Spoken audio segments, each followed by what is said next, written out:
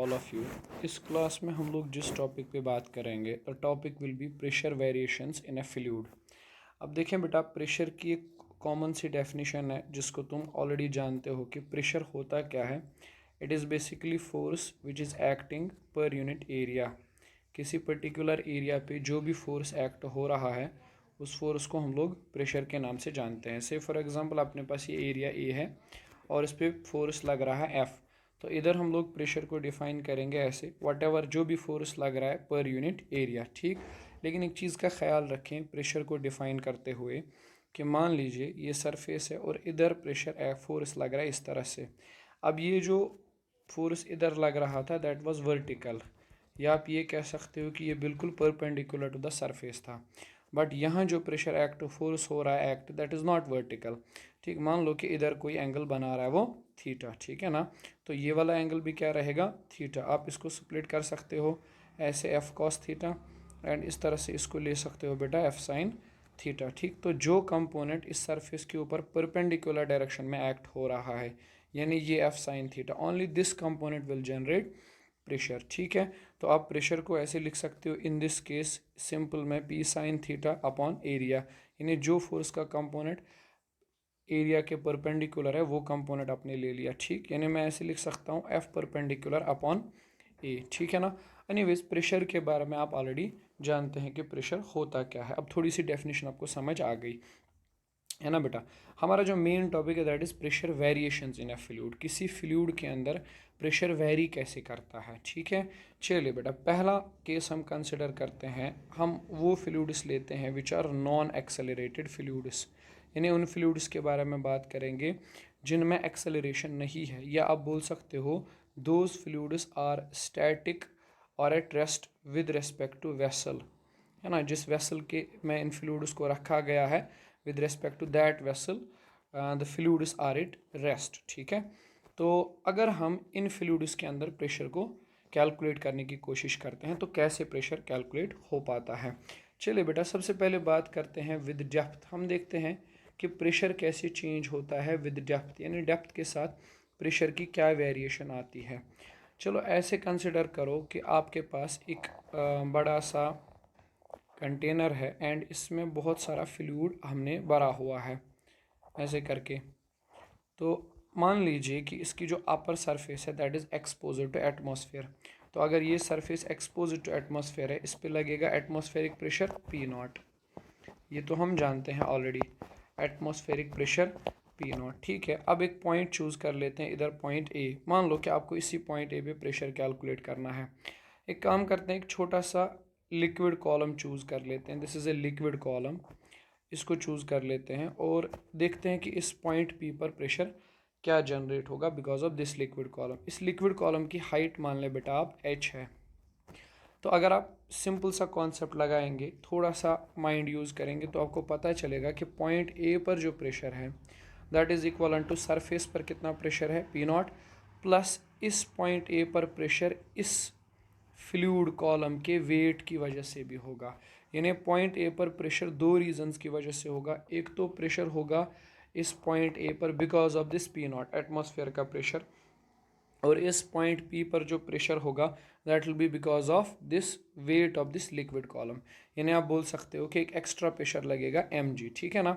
या इस तरह से आप इसको समझो। देखो, एक समझने का एक सिंपल सा तरीका और है कि आप इस लिक्विड कॉलम का ना फ्री बॉडी डायग्राम बना लो, एफ बी डी बना लो इस लिक्विड कॉलम का। अब मुझे बताइए बेटा, इस लिक्विड कॉलम पर कौन कौन सा फोर्स लग रहा है। देखो, ये प्रेशर एरिया ए ले लेते हैं, इस पॉइंट पर प्रेशर लग रहा है पी नॉट, है ना। और इधर से नीचे इस पॉइंट पर मान लेते हैं कि प्रेशर पी ए है, ठीक है ना। और इधर एरिया है ए, एरिया सेम मान लिया। और इस लिक्विड कॉलम का जो वेट है दैट विल बी डाउनवर्ड्स यानी एम इंटू जी। अब मैंने आपसे बात शुरू में ही की कि बेटा फ्लूइड जो है वो स्टैटिक है, रुका हुआ है। तो रुका हुआ जो फ्लूइड होता है उसमें नेट फोर्स कितना जमेगा, that will be zero obviously. तो ज़रा बैलेंस कर लें। नीचे की तरफ जो फोर्स लग रहा है that is P not a, pressure into area, that is force नीचे की तरफ। और डाउनवर्ड डायरेक्शन में एम जी भी है, दैट इज़ इक्वल टू जो इस पॉइंट पे अपवर्ड डायरेक्शन में प्रेशर है that is A into P A, है ना। तो A P not plus M, M is the mass of fluid column, तो you can write it simply density multiply to volume, है ना, that is equal to A into P A, right. तो हम इसको लिख सकते हैं A P not plus rho, बेटा वॉल्यूम को नहीं लिख सकते आप area into height, common sense है, into g that is equal to A into P A. तो इधर से आप ए को कट कर लीजिए, तो pressure at point A will be P not plus H rho G, ठीक है ना। अब इस बात को समझने की ज़रूरत है कि क्या है ये बेसिकली। मैंने आपसे कहा कि पॉइंट ए पर जो प्रेशर है वो basically P not atmospheric pressure है, वो तो ये वाला है, और एडिशनल प्रेशर उधर जनरेट हो रहा है because of this weight of the liquid column. ये जो लिक्विड कॉलम इसके ऊपर है, इसके वेट की वजह से ये प्रेशर जनरेट हो रहा है, ठीक है ना। तो अगर मैं ऐसे लिख रहा हूँ P A minus P not that is equal to H rho G, ठीक, यानी मैंने इस पॉइंट पे जो भी प्रेशर था उसमें से एटमॉस्फेरिक प्रेशर को एक्सक्लूड कर लिया, माइनस कर लिया। तो बेटा इस प्रेशर को अब हम कहते हैं गेज प्रेशर, है ना। तो आप सिंपल सी बात समझेंगे कि जैसे जैसे आप लिक्विड की डेप्थ में जाते जाएंगे, जैसे जैसे आप लिक्विड के अंदर जाएंगे, with depth the pressure will continuously increase, है ना। तो डेप्थ के साथ प्रेशर ना इंक्रीज कर लेता है, इस प्रेशर इंक्रीज हो जाता है, ठीक। एक सिंपल सा लॉजिकल बात समझो आप, अगर मान लो आपके पास there is a lake, a beautiful lake is there, है ना, और इस लेक पे आपने 3 पॉइंट्स को कंसिडर कर लिया है। एक पॉइंट सरफेस पर है पॉइंट ए, एक पॉइंट बेटा इधर है पॉइंट बी, और एक पॉइंट बिल्कुल इसके डेप्थ पर है यानी फ्लोर पे है पॉइंट सी, है ना। तो सबसे कम प्रेशर पॉइंट ए पे होगा क्योंकि यहाँ तो सिर्फ एटमॉस्फेरिक प्रेशर होगा और कुछ भी नहीं। पॉइंट बी पर जो प्रेशर जनरेट होगा ना that will B atmospheric pressure P not, plus ये जो इसके ऊपर लिक्विड जमा हुआ है, इस पॉइंट ए के ऊपर जो लिक्विड है उस लिक्विड का वेट, उसकी वजह से जो प्रेशर होगा वो भी होगा। तो आप उसको लिख सकते हो h rho g given that this h height is h, है ना। अब इस पॉइंट सी को देख लो, पॉइंट सी के बारे में क्या ख्याल है। एक तो एटमॉस्फेरिक प्रेशर लग रहा होगा पी नॉट, और ऊपर से ये जो पूरी एच डैश का लिक्विड है, यानी पूरा जो ये लिक्विड है ऊपर बिल्कुल ऊपर की तरफ जो लिक्विड है, ये लिक्विड का वेट नीचे की तरफ होगा जिसकी वजह से यहाँ बहुत ज़्यादा प्रेशर जनरेट होगा। पॉइंट सी पर pressure will be simply P not plus H dash rho G. तो आई होप अब आप समझ गए कि जितना हम फ्लूइड के अंदर डेप्थ में जाएंगे तो प्रेशर जो है वो कंटिन्यूसली वेरी करेगा, चेंज करेगा और इंक्रीज होगा। Pressure increases with depth, okay. तो ये तो बात हो गई बेटा जी, हम डेप्थ के साथ कैसे प्रेशर को वेरी होता हुआ देखते हैं, ठीक है, ओके। अब हम चलते हैं, अगर हम विद डेप्थ नहीं देखेंगे, है ना, हॉरिजॉन्टली देखना चाहते हैं। ये तो वर्टिकल केस हुआ कि हमने वर्टिकली देखा कि प्रेशर कैसे चेंज करता है। अब हॉरिजॉन्टली देखने की कोशिश करते हैं बेटा जी। जैसे कंसिडर करें तुम्हारे पास एक बड़ा सा कंटेनर है, एंड इस कंटेनर के अंदर बहुत सारा फ्लूइड जमा हुआ है, ऐसा जैसे फ्लूइड है इसके अंदर, ठीक। अब एक काम करते हैं, इधर एक पॉइंट ले लेते हैं पॉइंट ए, इधर एक ले लेते हैं point B, these 2 points are on the same level, और हम देखना चाहते हैं कि ए और बी पॉइंट में से प्रेशर किधर ज़्यादा है। एक काम करते हैं, जैसे अभी किया था, एक लिक्विड कॉलम चूज़ कर लेते हैं। अच्छा, तो मान लेते हैं कि इस पॉइंट ए पे प्रेशर इज़ P1, है ना, और बी पॉइंट पर प्रेशर P2 है, ठीक। तो फोर्स किधर लगेगा, इस प्रेशर P1 की वजह से इस तरफ लगेगा फोर्स, है ना, F1 मान लेते हैं, और उस प्रेशर की वजह से इस तरफ लगेगा फोर्स, F2 मान लेते हैं बेटा। तो अब मुझे बताइए नेट फोर्स 0 होना चाहिए क्योंकि हम तो बात कर रहे हैं स्टैटिक फ्लूइड्स की। तो स्टैटिक फ्लूइड्स में F1 बराबर F2 के हो जाना चाहिए।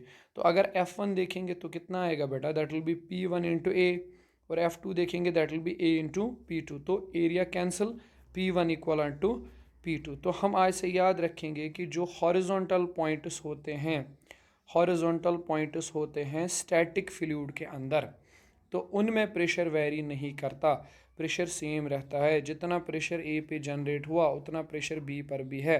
Horizontally there is no variation of pressure in case of static fluids. हाँ देखें, अब मैं ये बार बार आपसे बोल रहा हूँ स्टैटिक फ्लूइड्स के बारे में, ठीक है ना। देखो अगर आप देखोगे ना, जो फ्लूइड्स मोशन में होते हैं, एक्सेलरेटेड फ्लूइड्स होते हैं, उनकी बात अलग है, उनमें प्रेशर वेरिएशन आता है। हॉरिजॉन्टल पॉइंट्स पर अलग अलग प्रेशर होता है, वो तो एक अलग चीज़ है, खैर उसको हम डिस्कशन में लेंगे, ठीक, ओके। तो ये चीज़ आप समझ गए कि किस तरह से प्रेशर वेरी कर लेता है ना, ठीक है। तो एक छोटी सी कुछ क्वेश्चंस मैं आपको दिखा देता हूँ जिनसे आप थोड़ा सा स्ट्रॉन्ग कर पाएंगे अपने कॉन्सेप्ट को। देखो बेटा, एक काम करो, अगर आपके पास इस तरह से एक वेसल है और इस वेसल में ये फ्लूइड भरा हुआ है, मैंने इधर तक हाइट h तक मैंने ये फ्लूइड इसमें डाला हुआ है, ठीक है ना। इस तरह से मेरे पास एक और वेसल है इधर, इसमें भी मैंने इसी हाइट h तक फ्लूइड भरा हुआ है, सेम टू सेम हाइट तक, देयर इज़ नो डिफरेंस, ठीक है, दोनों की हाइट सेम है, इसी हाइट तक इसमें भी फ्लूइड है ना। और एक वेसल है इस तरह से इसी हाइट तक, सेम टू सेम हाइट तक, इस वेसल के अंदर भी अच्छा खासा फ्लूइड भरा हुआ है हाइट h तक, है ना। तो मैं आपसे पूछ रहा हूँ कि इस पॉइंट A, इस पॉइंट B और इस पॉइंट C, इन पॉइंट्स में से प्रेशर किधर ज़्यादा होगा, A पे, B पे, C पे किधर ज़्यादा होगा, ठीक। तो इनसे सर एक काम करते हैं, आप कैलकुलेट ही करके देख लीजिए, दिक्कत ही क्या है ना। अगर इस पॉइंट ए पे प्रेशर देखें तो ये होगा पी नॉट, है ना, और ये एच है, तो P A will be simply equal to P not plus H rho G, है ना। पॉइंट बी पर जो प्रेशर होगा that will be again atmosphere पे पी नॉट, एटमॉस्फेरिक प्रेशर, तो it will be P not plus H rho G, है ना। Point C पर जो प्रेशर होगा दैट विल बी इधर, that is P not plus H rho G, है ना। ठीक, तो तीनों पॉइंट्स पर प्रेशर तो बराबर ही है, ठीक, क्यों, क्योंकि सेम हाइट तक लिक्विड भरा हुआ है, ठीक है, फ्लूइड भरा हुआ है, तो पॉइंट ए पे जो प्रेशर है वही बी पे, वही प्रेशर पॉइंट सी पर भी है। तो इससे ना, इस सवाल से ना एक और चीज़ दिमाग में जनरेट हुई, एक अच्छी बात समझ आई हमें कि प्रेशर जो है बेटा वो शेप पे डिपेंड नहीं करता, शेप ऑफ द वेसल पर उसका डिपेंडेंस नहीं है, ठीक है, शेप ऑफ वेसल पे प्रेशर का कोई डिपेंडेंस नहीं है, यानी प्रेशर सिर्फ डेप्थ देखता है, ठीक है ना, डेप्थ की वजह से प्रेशर होता है वो हम देख लेते हैं, शेप की वजह से कोई फ़र्क नहीं पड़ेगा। जैसे मैं बताऊं, ऐसे तुम्हारे पास एक सिलेंडर है, ऐसे करके लिक्विड कॉलम है, इस ये पॉइंट ए पे, इस पॉइंट पे पी नॉट प्रेशर है, इधर पॉइंट ए पे तुमसे पूछा है प्रेशर, तो अगर ये हाइट एच है तो याद रखना पॉइंट ए पे pressure will be simply P not plus बेटा एच रो जी, है ना, ठीक। और अगर यही वेसल तुम्हें ऐसे ना दी गई हो बल्कि थोड़ा टिल्ट करके ऐसे दिया गया हो, ठीक, आराम से समझिएगा, इधर पॉइंट ए है, इधर पॉइंट बी है, ठीक, तो और ये डेप्थ एच हाइट है, तो इस पॉइंट बी पर जो प्रेशर होगा ना that will be again same जो ए पर लग रहा है, P not plus H rho G, ठीक है, बशर्ते कि इसमें फ्लूइड स्टैटिक हो, है ना। तो अब बोलेंगे सर कैसे, ये कैसे हुआ, शेप पे क्यों नहीं डिपेंडेंस है। देखो, एक तो ऊपर वाला क्वेश्चन हमने देख लिया, देखो इस कॉलम को तुम, इस पूरे को तुम दो पार्ट्स में, तीन पार्ट्स में बांट सकते हो, जैसे इधर से इधर तक, है ना, एक इस तरह से बना लो, इधर से इधर तक मान लो दूसरा पार्ट है इसका, और इधर से इधर तक मान लो तीसरा पार्ट है इसका।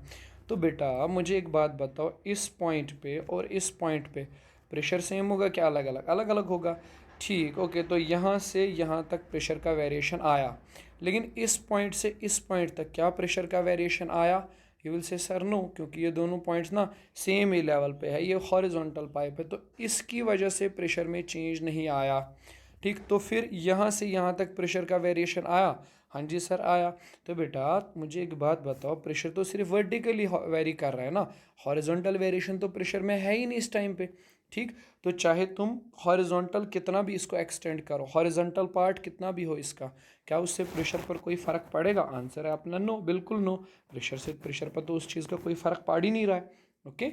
चलो बेटा ठीक है, आई होप अब आप ये समझ गए। सेकंड पार्ट पे चलते हैं बेटा, सेकंड क्वेश्चन ले लेते हैं। जैसे समझो आपके पास एक लिक्विड है, फ्लूइड है, एक कंटेनर में भरा हुआ है, और इधर मान लो प्रेशर पी ए है ना, नीचे बिल्कुल ठीक, और इधर मान लो प्रेशर इज़, ये दूसरा कंटेनर है, इधर मान लो प्रेशर पी बी है, अभी मैं इसमें लिक्विड भरने वाला हूँ, रुकें, यहाँ प्रेशर पी सी है, ठीक है, बिकॉज ऑफ द लिक्विड जब हम भरेंगे उसमें, ठीक है। मैं आपसे ऐसे पूछ रहा हूँ कि देयर आर थ्री वेसल्स, ये तीन वेसल्स आपको दिए गए हैं, हैविंग इक्वल बेस एरिया, लेकिन इसमें इन तीन वेसल्स में ख़ास बात क्या है ना, इन सब का बेस एरिया इक्वल है, मतलब बेस का जो एरिया है वो सभी में इक्वल है। अब इनको फिलअप किया गया है, are filled with fluid with equal volume of same fluid, है ना, एक ही फ्लूइड से भरा गया है, ठीक है ना। देखो सेम फ्लूइड की भी अपनी अहमियत है ना। मैं आपको बताता हूँ, जैसे ये वाला क्वेश्चन तुमने किया, ठीक, अभी इस क्वेश्चन में आपने कहा कि प्रेशर हर जगह सेम है, अब इमोशनल होकर ये मत कह देना जैसे ही देखा हाइट सेम है प्रेशर सेम है, नहीं यार, अगर ये फ्लूइड एक ही है ना, मतलब इसमें भी वाटर, इसमें भी वाटर, इसमें भी वाटर, मतलब एक ही तरह का फ्लूइड होना चाहिए तीनों में, तब हम प्रेशर को सेम मान के चलेंगे। ज़रा सोचो, वरना अगर प्रेशर फ्लूइड डिफरेंट है, डेंसिटी डिफरेंट है, तो प्रेशर तो डिफरेंट ही होगा ना। यानी यहाँ पे कहा गया है क्वेश्चन में कि सेम फ्लूइड है कि नहीं। आपको ये चीज़ दिमाग में रखनी है आराम से, ठीक है ना। आई होप ये चीज़ आपको समझ आ गई जो मैंने कही आपसे, ठीक है। चलें बेटा, अब इस सवाल को देख लेते हैं। इसमें क्या कह रहा है क्वेश्चन, इसमें कह रहा है कि तीन वेसल्स हैं, तीनों का एरिया सेम है, बेस एरिया सेम है, और इनको इक्वल वॉल्यूम से फिलअप किया गया है, इक्वल वॉल्यूम ऑफ फ्लूइड्स। मतलब अगर पहले वाले में 1 लीटर फ्लूइड भरा है, दूसरे में भी 1 लीटर, तीसरे में भी 1 लीटर फ्लूइड भरा गया है, तो फ्लूइड्स तीनों में सेम है, एक ही लेवल तक है, ठीक है ना। एक ही लेवल तक नहीं कह सकते हम लोग, मतलब एक ही वॉल्यूम का है, एक ही लेवल नहीं दिया गया, एक ही वॉल्यूम दिया गया है, ठीक, ओके। तो बताइए किस पॉइंट पे प्रेशर ज़्यादा होगा। एक बहुत कॉमन सेंस वाली बात आप सोचेंगे, बहुत कॉमन सेंस वाली बात। अगर पहले फ्लूइड की बात, पहले वेसल की बात करें, मान लो हम लोग ना 2-2 लीटर सब में भरने वाले हैं, तो 2 लीटर मान लो हमने फिलअप किया और ये इधर तक पहुंचा, इधर तक ये फ्लूइड आ गया, 2 लीटर वॉल्यूम है ना। अब इसमें देखो, इसमें जब तुम भरोगे ना, क्या लगता है आपको, ठीक है, ये इसमें जो साइड्स है ना दूसरी वाली वेसल में, वो खुल रहे हैं अपोजिट साइड से, है ना, ओपन अप हो रहे हैं। तो यही 2 लीटर का वॉल्यूम जब आप इसमें भरोगे ना, तो it will have less height here, ये कम हाइट में आ जाएगा, ठीक है, क्योंकि तुम देख रहे हो बेस एरिया तो सेम है, लेकिन जैसे ऊपर की तरफ जाना शुरू करते हैं वेसल में, तो ये खुल जाती है ये वेसल, ठीक। वाइल एज इस वाली वेसल में देखो, अगर बेस एरिया सेम मान लिया जाए, तो यही फ्लूइड ऊपर की तरफ क्लोज हो जाती है ये वेसल, तो यही फ्लूइड ज़्यादा हाइट तक आ जाएगा, है ना। तो सी में फ्लूइड की हाइट सबसे ज़्यादा होगी, देन ए में, देन बी में तो कम हाइट तक पहुंच जाएगा फ्लूइड। तो therefore pressure in the C is greater than pressure in the A is greater than pressure in the B, ठीक है ना, okay. So these things are too simple, बस थोड़ा सा आपको एडजस्टमेंट करना है, थोड़ा सा आपको दिमाग लगाना है, ठीक है। चलो मैं आपको एक और क्वेश्चन देता हूँ बेटा, थोड़ा सा आप और सोचेंगे इस पर। मान लीजिए कि मेरे पास तीन वेसल्स हैं ऐसी ही वाली, इक्वल मास मैंने फिलअप किया है, equal mass of same fluid, एक ही फ्लूइड का इक्वल मास दिया है, are poured in three vessels, तीन वेसल्स के अंदर मैंने एक ही तरह का फ्लूइड भरा हुआ है, ठीक। अगर हम ऐसे मान लें कि density of A is greater than density of B is greater than density of C, okay, मैं समझाता हूँ आपको क्वेश्चन। अपने पास तीन वेसल्स हैं ऐसे करके, है ना, इस तरह की वेसल्स सेम शेप की, है कि नहीं, और इनमें हमने equal mass of fluid put up किया है। यानी अगर पहले में हमने 2 kg फिलअप किया, दूसरे में भी और तीसरे में भी, ठीक है ना। वेल एज ये दिया गया है कि ए के अंदर जो फ्लूइड भरा गया है, सेम फ्लूइड नहीं है, ए के अंदर जो फ्लूइड भरा गया है it has more density, B में जो फ्लूइड है it has little bit less density than A, और सी में जो है उसकी डेंसिटी बहुत कम है। तो आपसे पूछा है कि चलो भाई पी ए, पी बी और पी सी तीनों पॉइंट्स में प्रेशर किधर ज़्यादा होगा, ठीक। अब थोड़ा सोचो, यहाँ जब आप डेंसिटी की तरफ देखते हो ना, तो आपको तुरंत आइडिया आ जाता है कि हाँ density of A is great more, so there will pressure will be more, but ऐसा नहीं है। थोड़ा सा आप देखें, आपको इक्वल मास के बारे में कहा गया है, ठीक है ना। चलो बेटा इक्वेशन लिखते हैं, P A pressure at point A is equal to, simple सी बात है, हमने अभी पढ़ा pressure at any point any depth H is equal to P not plus H rho G, है कि नहीं। यहाँ डेंसिटी के बारे में बात है, बट अपने को ये मास वाला फैक्टर भी कंसिडर करना है ना। तो P will be equal to P not plus h, अब ज़रा दिमाग लगाते हैं, रोह इसी तरह से ले लेते हैं, है ना, एंड जी, एक काम करते हैं, इसको एरिया से मल्टीप्लाई करते हैं, एरिया से डिवाइड करते हैं, ठीक, कोई फ़र्क नहीं आएगा ना। पी नॉट प्लस, एक काम करो बेटा, ये H into area that's volume, H A volume multiply to rho that's density M G upon A, ठीक है, ओके। यह आ गया अपना pressure in terms of mass. तो अब देखो यहाँ पे दिमाग लगाओ, मास तो तीनों का सेम है, वो तो क्लियर कट सी कहानी है। अगर तीनों वेसल्स का बेस एरिया सेम हुआ, है ना, बेस एरिया सेम हुआ, मास भी सेम है, बेस एरिया भी मान लो सेम ही होगा, अगर हम मान लेंगे ऐसा क्वेश्चन में अगर दिया होगा, ठीक। तो इस केस में क्या कहोगे, सर मास और एरिया तो सेम ही है, बाकी सब तो इसमें कांस्टेंट है, तो आप कह देंगे sir pressure at A will be equal to pressure at B will be equal to pressure at C, ठीक है ना। तो ऐसे क्वेश्चंस में डोंट जज क्विकली, राइट। चलो क्वेश्चन नंबर 4 मैं बता देता हूँ, ये बेटा बड़ा ही इंटरेस्टिंग सवाल है ये।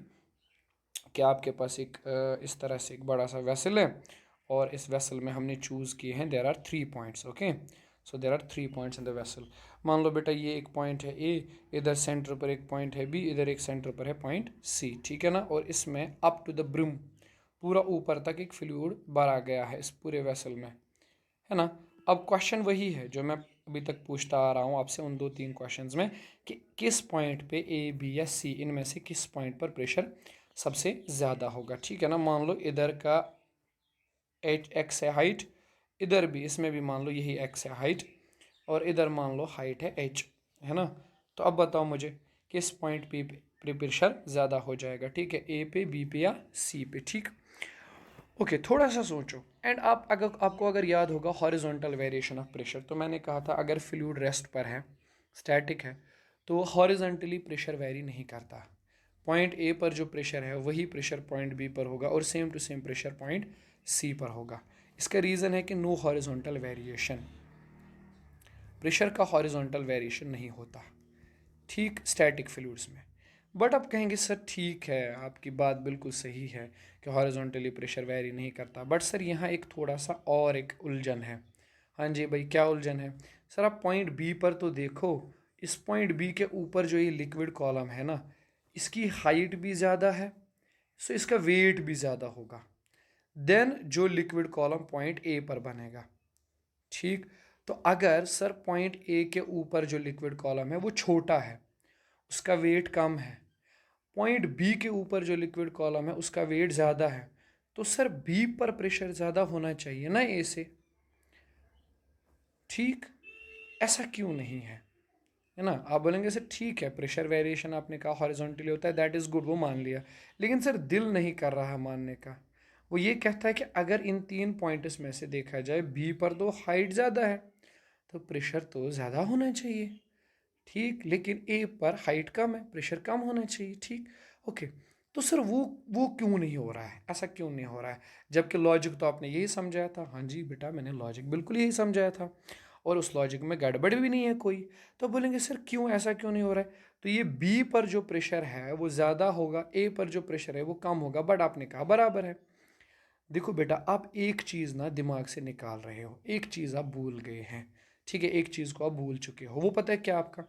देखो, ये वाटर या ये जो फ्लूइड है इस सरफेस के साथ कांटेक्ट में है और सरफेस इसे नॉर्मल फोर्स देगा, यहाँ पर भी सरफेस इसे नॉर्मल देगा, लेकिन जो सेंटर पर लिक्विड है उस पर कोई नॉर्मल नहीं लगेगा, है ना। तो अब तुम्हारे दिमाग में बात आई कि ओके सर, जो पॉइंट बी पर एक्स्ट्रा प्रेशर जनरेट हो रहा था बिकॉज ऑफ द वेट, वो बराबर होगा पॉइंट ए पर। क्यों? क्योंकि पॉइंट ए पर नॉर्मल भी नीचे की तरफ, नॉर्मल का एक कंपोनेंट नीचे की तरफ होगा और वो इस प्रेशर को बराबर बना देगा जो पॉइंट बी पर है ना। मतलब पॉइंट बी पर जो वेट की वजह से एक्स्ट्रा प्रेशर आ रहा था, ठीक, अब उस प्रेशर को कैसे बैलेंस किया जाएगा ए और सी पे? नॉर्मल द्वारा बैलेंस किया जाएगा। नॉर्मल जो है वो भी एक प्रेशर जनरेट करेगा, ठीक है, जिसकी वजह से ए पर, बी पर और सी पर प्रेशर बराबर हो जाएगा, ठीक है। आई होप आपको मेरी बात क्रिस्टल क्लियर हो रही है, ठीक है ना। ओके, आपको थोड़ा और यकीन दिलाने के लिए ना एक काम करते हैं, let's take a small numerical जिसमें हम इस नॉर्मल को कैलकुलेट करेंगे कि वाकई ये नॉर्मल होता भी है या बस आप सर ऐसे बोल रहे हैं, दिल के लिए ऐसे बोल रहे हैं कि ठीक है, अपनी बात को सही साबित करने के लिए। नहीं, ऐसा नहीं है। लेट मी टेल यू, अपने पास मान लो बेटा एक फ्रस्टम है, there is a frustum type गिलास, है ना, ऐसे करके। और इस गिलास का अपर एरिया आप मान लो 30 सेंटीमीटर स्क्वायर है ना। लोअर एरिया कम होगा, मान लो 10 सेंटीमीटर स्क्वायर है। और ये जो हाइट है आप मान के चलो कि ये 10 सेंटीमीटर की हाइट है ना। And we have filled fluid inside it, हमने फ्लूइड किया है। अब आपसे पूछा जा रहा है पहला point, what is the force of this fluid on the bottom. पहले देखना है इस फ्लूइड का कितना फोर्स होगा बॉटम पे, फिर देखना है कि फ्लू ये जो गिलास आपने लिया हुआ है, गिलास का जो फोर्स होगा ऑन द लिक्विड, लिक्विड पर क्या फोर्स होगा गिलास की वजह से, है ना। वही नॉर्मल, नॉर्मल अभी जो मैंने बताया नॉर्मल, ठीक है ना। चलो, पहला वाला पार्ट तो आसान है सर, इसमें करना ही क्या है, पहले वाले पार्ट में आप उठाकर इसको दोबारा से बना दीजिए, बताते हैं आपको क्या करना है। सिंपल सी बात है सर, एक काम करो, पॉइंट बी पर जो प्रेशर होगा, इधर पॉइंट ए पर जो प्रेशर होगा, इधर प्रेशर पी नॉट है, तो सर पॉइंट ए पर pressure will be P A will be P not plus H rho G बिल्कुल सही बेटा। 1.013 इंटू 10⁵ हाइट इधर है 10, इसको कन्वर्ट करेंगे 100, डेंसिटी ऑफ द वाटर से for example it is water given and ये कहा गया है कि तुमसे ये 1 लीटर है ना, water 10⁵ and G is 10। Okay sir, तो using this calculation you can just do this, है ना, एक जीरो कैंसिल, एक हटा लेते हैं, है ना। तो एनीवेज कैलकुलेशन हो जाएगी, तो फोर्स जो आ जाएगा that will be A into P A, area into pressure. तो when you do this small stuff calculation you will obtain 101 newton, 102 newton का फोर्स लग रहा है बेस पे। ओके उसमें हम इंटरेस्टेड नहीं है क्योंकि ये हमें आता है ऑलरेडी, प्रेशर का कैलकुलेशन सिंपल सा फॉर्मूला है, ठीक है ना। ओके हमें अब इंटरेस्ट है नॉर्मल के अंदर, है ना। अब आप थोड़ा सा दिमाग लगाइएगा, आराम से समझने की कोशिश करिएगा। ये है आपके पास गिलास, है ना बेटा, और इस गिलास में फ्लूइड है। मैंने थोड़ा डायग्राम बड़ा बना दिया, ठीक है, ताकि आपको समझ आ सके। देखो ये जो फ्लूइड इस वाटर के कांटेक्ट में है, ये जो फ्लूइड सॉरी इस गिलास के कांटेक्ट में है, अब ज़रा देखो ये इस सरफेस के ऊपर, इस वाली सरफेस के ऊपर किधर को दबाव बना रहा होगा, प्रेशर यानी वेट किधर को लग रहा होगा, वेट नहीं हम कह सकते हैं, थोड़ा दबाव किधर बना रहा होगा, ये इस तरह बना रहा होगा ना, है ना। तो नॉर्मल क्या होता है, कांटेक्ट फोर्स, नॉर्मल तो इस तरफ लगना शुरू कर देगा, है ना। सिमिलरली इस सरफेस के लिए भी नॉर्मल इस तरफ, है ना। ठीक, देखो डिफरेंस है, ये सरफेस स्लांटिंग है, इस तरफ झुकी हुई है ना। वायरस जो हमने इस वाले केस में लिया उसमें हमने नॉर्मल इस तरफ लिया। आई होप नॉर्मल आपने अच्छे से सुना होगा, पढ़ा होगा, इस पे क्वेश्चंस भी किए होंगे, ठीक है ना। ये एंगल थीटा मान लो, इधर को अगर कंपोनेंट निकालेंगे तो it will be N cos theta, और इधर को अगर इसकी वजह से देखेंगे तो it will be N cos theta. इधर आ जाएगा बेटा एन साइन थीटा, और इधर आ जाएगा एन साइन थीटा। अब देखो हमने सिर्फ दो पॉइंट्स कंसिडर किए, कॉस वाला कंपोनेंट कैंसिल हुआ, है कि नहीं। तो ओनली सर्वाइविंग कंपोनेंट ये है जो ऊपर की तरफ है, तो अब बोलेंगे 2n cos theta, 2n sine theta. But रुको, अभी सिर्फ इसी पॉइंट पर थोड़ी ना नॉर्मल लगेगा, इस पॉइंट पर, इस पॉइंट पर, इस पॉइंट पर, इस पॉइंट पर, इस पॉइंट पर, जिधर जिधर फ्लूइड टच में है। तो सब की वजह से जो नॉर्मल का एक्स कंपोनेंट होगा, कॉस वाला कंपोनेंट होगा, वो कैंसिल हो जाएगा इधर, यानी हॉरिजॉन्टल कंपोनेंट कैंसिल होगा, और नॉर्मल का सिर्फ और सिर्फ एक कंपोनेंट रहेगा और वह है वर्टिकल कंपोनेंट। तो हम ना एक नई डायग्राम बना लेते हैं, और उस डायग्राम में ये कह देते हैं कि सर नॉर्मल ना सीधा आप ऊपर की तरफ ही लीजिए, है ना। इस डायग्राम से आपको क्लियर हुआ कि नॉर्मल का सिर्फ एक कंपोनेंट अपर डायरेक्शन में सर्वाइव कर रहा है, ठीक है ना। Great, okay. और इस फ्लूइड पर कौन सा फोर्स लगेगा शबाश, जल्दी से बताएं मुझे बेटा, बहुत आसान है, आप कर लेंगे। एक लगेगा डाउनवर्ड में ग्रेविटी mg, है ना। इस पॉइंट पर सरफेस पर प्रेशर P0 और फोर्स होगा P0 A, और इधर का प्रेशर विल बी PA और फोर्स होगा PA, ठीक है ना। तो अब फ्लूइड स्टैटिक है, नेट फोर्स वाली condition that must be zero. तो डाउनवर्ड डायरेक्शन में force P0 A plus mg, that is equal to upper direction में फोर्स PA प्लस n। तो बेटा नॉर्मल की बात क्या है, normal is mg plus minus APA, सही जा रहे हैं ना। 1.103 इंटू 10⁵। एरिया एरिया एरिया एटमो ऊपर का एरिया वो हमने 30 लिया हुआ है, 10⁻⁻⁴ plus m is the mass of the fluid. Okay, if it is given to you that it contains 1 liter or 1 kg, जो भी मास दिया गया वो आप यहाँ पुट करेंगे, ठीक है। सपोज 1 लीटर या 1 kg दिया गया, तो 1 kg दिया गया तो 1 इंटू जी का value 10 minus this is the force on the bottom that is 102। तो इधर से आपको नॉर्मल का वैल्यू मिल जाएगा, ठीक है ना। तो I hope now you believe me कि नॉर्मल इधर किस तरह से लगता है, ठीक है ना। ओके चलें बेटा, अपने टॉपिक को थोड़ा सा और आगे लेके जाते हैं, ठीक। एक छोटी सी और आपको चीज़ समझाते हैं, बात करते हैं बेटा एक्सेलरेटेड फ्लूइड्स के बारे में, है ना। उन फ्लूइड्स के बारे में जो कंटिन्यूअस मोशन में होते हैं, ठीक। ओके, और मोशन से मेरा मतलब क्या है, आप इसको अपनी तरह से इंटरप्रेट नहीं करेंगे, मैं मीनिंग बता रहा हूँ। जैसे आपके पास एक वेसल है, अगर इस वेसल में एक फ्लूइड लगा हुआ है, फ्लूइड रखा गया है इस वेसल के अंदर, एंड ये वेसल इस तरफ जा रही है एक्सेलरेशन ए से, ये वेसल मोशन में है, ठीक। मैं उन केसेस को स्टडी करने जा रहा हूँ when fluid is at rest, जब फ्लूइड रेस्ट पे होगा with respect to vessel, vessel के रेस्पेक्ट में रेस्ट पे होगा, है ना। बस समझ गए, वेसल के रेस्पेक्ट में, ठीक। मतलब ओवरऑल यानी कहने का मतलब ये है बेटा कि ग्राउंड से कोई बंदा देखेगा ना तो उसे फ्लूइड मोशन में नज़र आएगा, उसमें कोई दिक्कत नहीं है। बट अगर कोई विद रेस्पेक्ट टू वेसल देखेगा उसे रेस्ट पे नज़र आएगा। चलो इधर एक छोटा सा कीड़ा है, छोटा छोटा सा इंसेक्ट है जो वेसल के ऊपर बैठा हुआ है, वेसल चल रही है, ठीक। अब तुम दिमाग लगाओ, इस कीड़े को, इस छोटे से इंसेक्ट को ये पानी, ये फ्लूइड जो अंदर रखा हुआ है वो तो रेस्ट पे दिखेगा ना, क्योंकि बेटा जी ये इंसेक्ट खुद भी एक सीडो फ्रेम के अंदर है ना, एक्सेलरेटेड फ्रेम के अंदर है, ठीक। ओके चलो देखो, will not be deriving the things, I will be simply just writing those equations, और मैं थोड़ा आपको बताऊंगा कैसे आ रहा है वो, है ना। चलो देखो, हम तो ये फ्लूइड जो है with respect to vessel rest पर है, इसीलिए आप इसको ऐसे समझेंगे कि हम विद रिस्पेक्ट टू वेसल ही देखेंगे जो केस हम देखेंगे, ठीक है ना। चलो देखो, अब मैं इधर आपको बता रहा हूँ, मैं दो केसेस ले रहा हूँ, एक तो मैं वर्टिकल मोशन कंसिडर करूँगा और उसके बाद आई will be considering the horizontal motion. तुम्हें बात समझ आई बेटा जी? वर्टिकल और हॉरिजॉन्टल, है ना। चलो वर्टिकल वाले केस को पहले समझते हैं, वर्टिकल क्या है कि नहीं।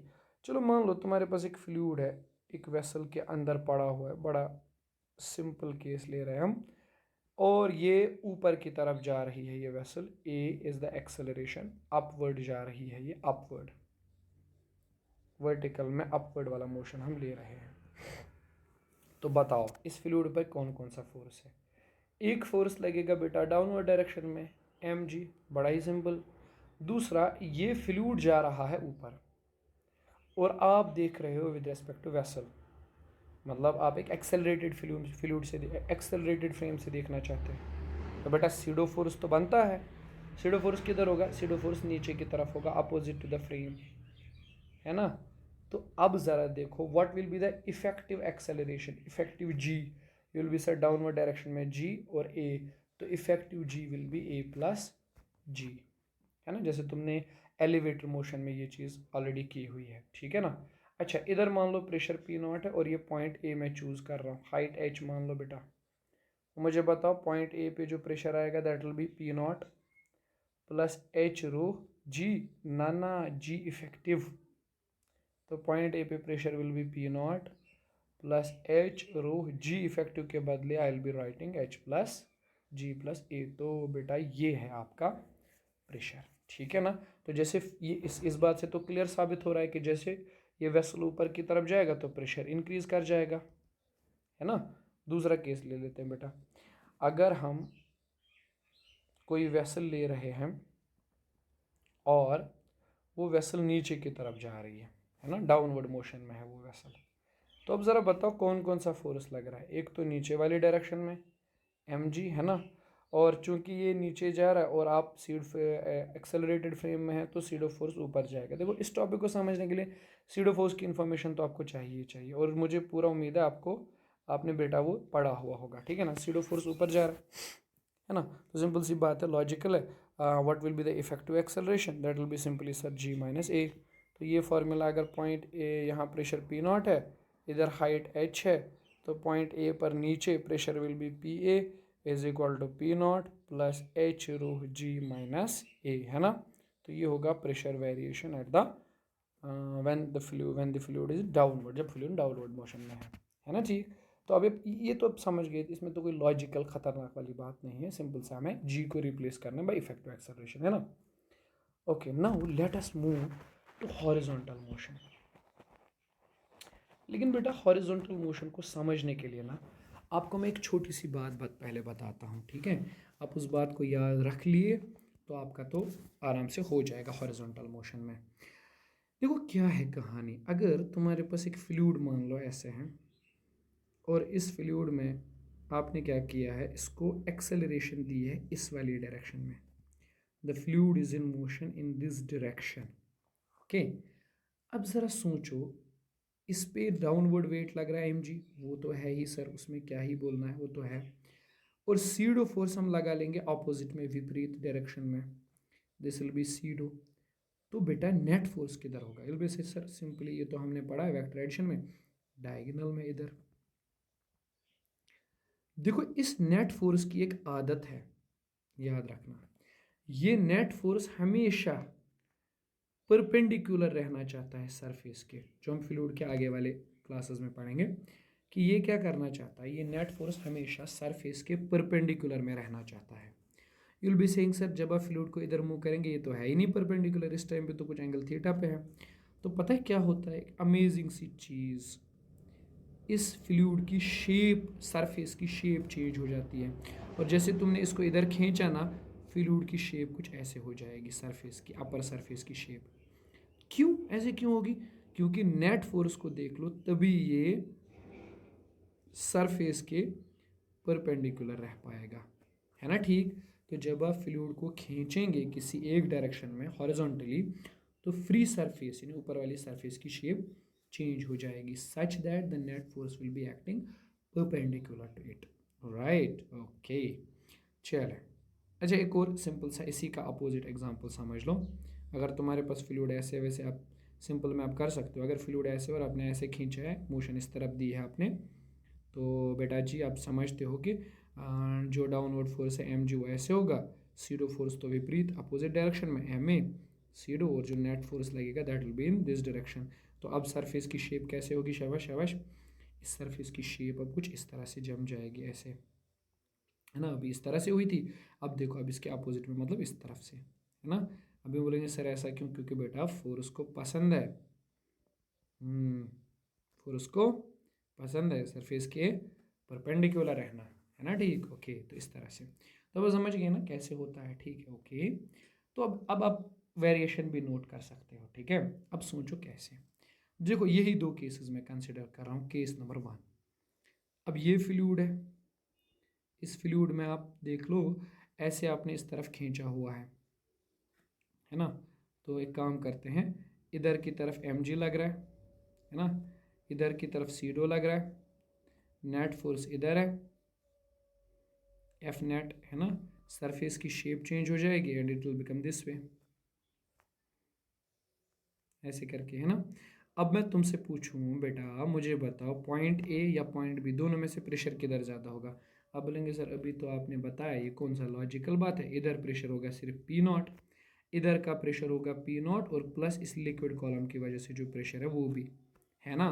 तो पॉइंट बी पर pressure will be greater than point A. सही, ये लेंथ एल है।